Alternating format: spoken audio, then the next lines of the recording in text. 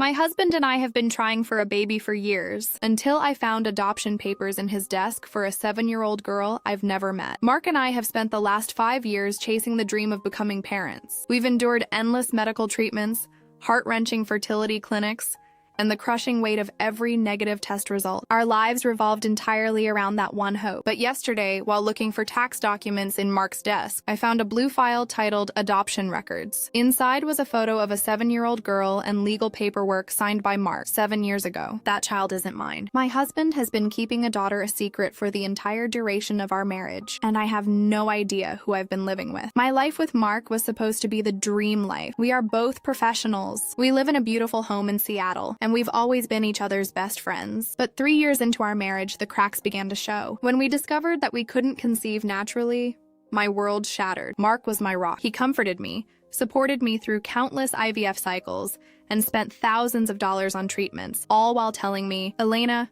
we don't need anyone else. We are enough." His words were my only solace during those dark, sleepless nights. Yesterday, Mark was at the office, and I was looking for some important tax receipts he needed to send to a client. I opened his desk drawer, shifting through files, when I noticed a blue folder wedged in the back. I pulled it out, assuming it was an old project. As soon as I opened it, my breath hitched. Adoption placement finalized. The date on the paperwork was 7 years ago. Just 1 year into our marriage. My hands began to tremble. I pulled out the photograph tucked into the folder. It was a little girl, maybe 6 months old at the time. The legal documents were clear.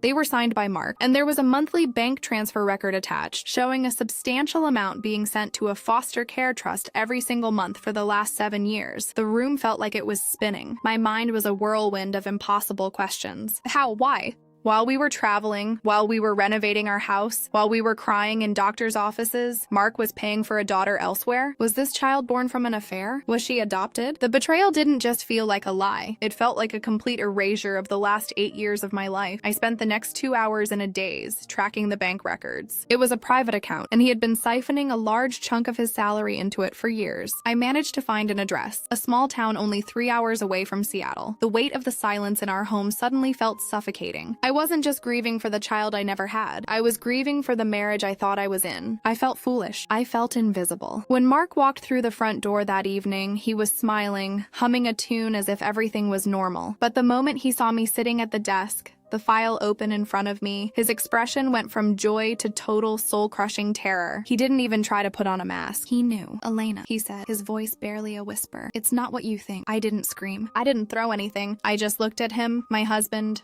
the man who had held me while I cried over empty cribs, with a detachment that frightened me. "Mark," I said, my voice eerily calm, "it's been 7 years. You kept a child from me for 7 years?" He couldn't speak. He just stood there, the distance between us suddenly feeling like an uncrossable ocean. Mark collapsed into the chair opposite me, burying his face in his hands. The silence was heavy, filled with the ticking of the wall clock, a sound that used to be comforting but now felt like a countdown. "Her name is Sophie," Mark finally said, his voice raw. "She's not an affair, Elena, I swear to you. She was my brother's daughter." My heart stopped. Mark's brother, David, had died in a tragic car accident long before I had even met Mark. "David's daughter?" I asked, my voice trembling. "But I thought he had no children. You told me he was unmarried." Mark looked up, his eyes bloodshot. "He wasn't. It was a secret he kept from our parents. He had a girlfriend, and when he died, Sophie was only a few months old. The mother, she was young, overwhelmed, and she didn't want the child. She was going to put her in the system. I couldn't let that happen to David's bloodline." The pieces began to fall into place, but the picture they formed was more painful than the one I had imagined. "So you took responsibility,"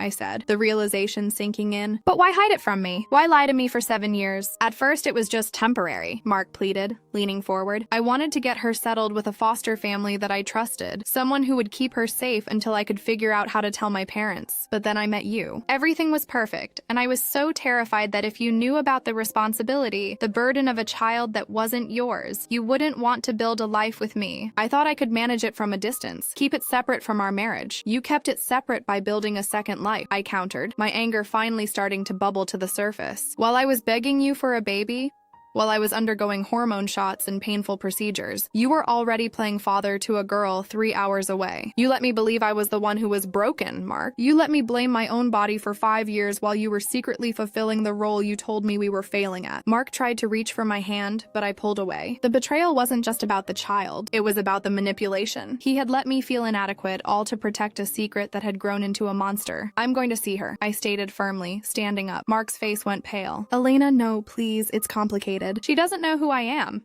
I mean, she knows I'm her uncle who sends gifts and checks. If you show up, you'll destroy the balance. The balance is already destroyed, Mark, I snapped. You don't get to decide what I do anymore. I'm going to find out who this little girl is. And I'm going to find out exactly what kind of man I've been married to for 8 years. I grabbed my keys, not caring about the rain starting to lash against the windows. I didn't wait for him to apologize again. I just walked out the door. The address of that small town burned into my memory. The drive was agonizing. Every mile was a reminder of the miles he had put between us. When I finally pulled up to the address in the directory, a modest, well-kept suburban home, I sat in my car for a long time. Through the front window, I could see a young girl with blonde curls, sitting at the dining table with a woman, laughing as they did homework. She looked so much like David in the old photos I'd seen. She looked like Mark. I took a deep breath, stepped out of the car, and walked toward the front porch. My hand hovered over the doorbell. I knew that once I pressed it, there was no going back to the life I had yesterday. The door opened before my finger even touched the bell. A woman stood there. She looked tired, her hair pulled back in a messy bun,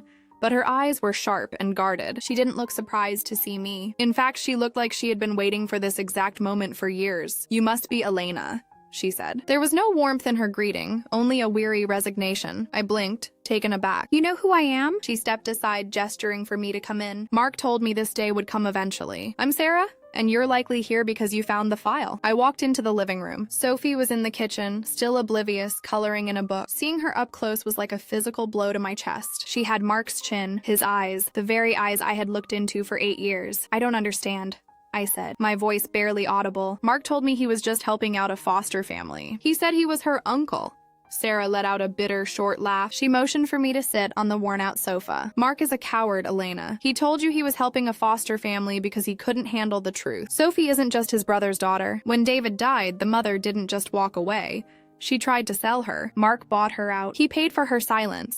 And he paid for my services to raise her so that no one would ever know David had an illegitimate child. My head was spinning. So you're not her mother? I'm her guardian, Sarah explained. I've been paid a salary for 7 years to ensure Sophie grew up normal, educated, and completely detached from the Miller family. Mark didn't want a daughter. He wanted a secret he could manage. He didn't want to be a father. He wanted to play the hero without ever having to take on the mess of parenting. I looked toward the kitchen. Sophie was humming a song, a tune I'd heard Mark hum in the shower for years. The realization hit me. He wasn't just paying for a secret. He was raising a human being through a transaction. Why stay? I asked, my voice thickening with emotion. Why take his money? Sarah looked at me with an expression I couldn't decipher, half pity, half scorn. Because when I started, I was 20 and broke. By the time I realized what this was, I was too attached to Sophie to leave her in the hands of whoever Mark might pay next. I stayed to protect her from him. Suddenly, the front door swung open again. I turned, expecting Mark, but it wasn't him. It was a man I didn't recognize, followed by 2 police officers. The air in the room turned ice cold. Elena Miller? The man asked, holding up a badge. I'm Detective Vance. I think you need to come with us. Your husband has been arrested. My world didn't just crumble. It vanished. Arrested? For what? The detective looked at Sarah, then back at me. Embezzlement. He didn't just use his own money to fund this arrangement, Elena. He's been funneling money out of your joint business accounts and his firm's pension funds for nearly a decade. The foster trust was just the beginning of a much larger, darker financial web. I felt the room tilt. Every vacation we took, every renovation, every luxury, it was all built on a house of cards. And now, the wind was blowing it all down. The next 48 hours were a blur of flashing police lights, lawyers in sterile offices, and the nauseating realization that my entire life had been a carefully curated performance. Mark wasn't just a man with a secret. He was a man who had built a prison of lies and had been slowly dragging me into it with him. The detective explained that Mark had been desperate to maintain the facade of a perfect life when his salary couldn't cover the hush money for Sarah and the lavish lifestyle he felt he needed to maintain with me. He turned a corporate fraud. I sat in the cold, gray waiting room of the precinct, the silence deafening. When Mark was finally allowed a brief meeting with me behind the glass, he looked smaller. The charm that had once filled our home was gone. replaced by a frantic, broken desperation. "Elena, please," he begged, his hand pressed against the glass. "I did it for us. I did it because I was afraid of losing you. If you had known about Sophie, you would have left me. I had to keep everything perfect. I didn't yell. I didn't cry. I looked at the man I had loved for 8 years and realized he was a stranger. You were so afraid of losing me, Mark, that you ensured there was never a me for you to lose. You built a marriage on a foundation of theft and coercion. You didn't love me. You loved the version of me that didn't know the truth." I stood up and walked away, not looking back as he hammered against the glass. The weeks that followed were brutal. The house was sold to cover the massive debts Mark had accrued. I lost everything that felt like us. But in the process, I found something I hadn't realized I'd been missing. My own voice. I couldn't just walk away from Sophie. She was innocent in all of this. After long, agonizing conversations with social services and the lawyers, I made a choice that stunned everyone. I couldn't be her mother. That role was complicated by the darkness of the past, but I refused to let her be a victim of Mark's transactional parenting. I helped Sarah secure legal guardianship and established a trust that was clean, transparent, and completely divorced from the Miller name. I didn't take custody of Sophie, but I didn't abandon her either. I started a new life 3 hours away from that small town, working for a small nonprofit that helps women rebuild their lives after financial abuse. I'm 32 years old now. I'm starting over, not from scratch, but from experience. I don't look for perfect anymore. I look for truth. The scars of the last 8 years haven't faded, but they've become a map. They remind me that no matter how beautiful a life looks on the surface, it's worth nothing if it isn't built on the solid, unshakable ground of honesty. I'm finally the architect of my own life, and for the first time in a decade, I'm building it on my own terms.